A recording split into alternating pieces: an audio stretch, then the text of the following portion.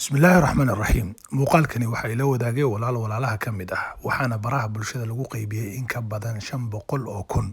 waxay taasi calaamad u tahay in muuqaal aad iyo aad loogu baahan yahay dad fara badanna ay la daaladhacayaan xanuunka lafa xanuunka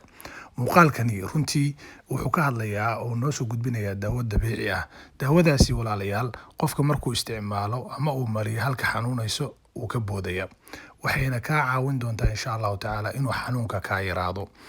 maxaa yeelay marka aan weynaano waxa nagu bilaabanaya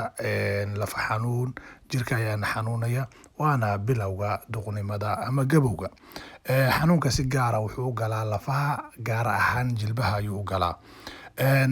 dawadani marka waxay ka caawinaysaa in jilbaha ay ku fiicnaadaan maxaa yeelay jirkeena culayskiisa oo dhan wuxuu ku sugan yahay ama haya waa jilbaha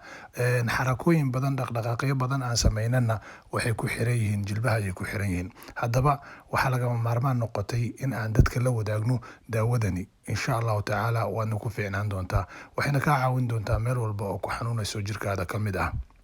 daawadani waxay ka kooban tahay 2 qaado basbaas qajiga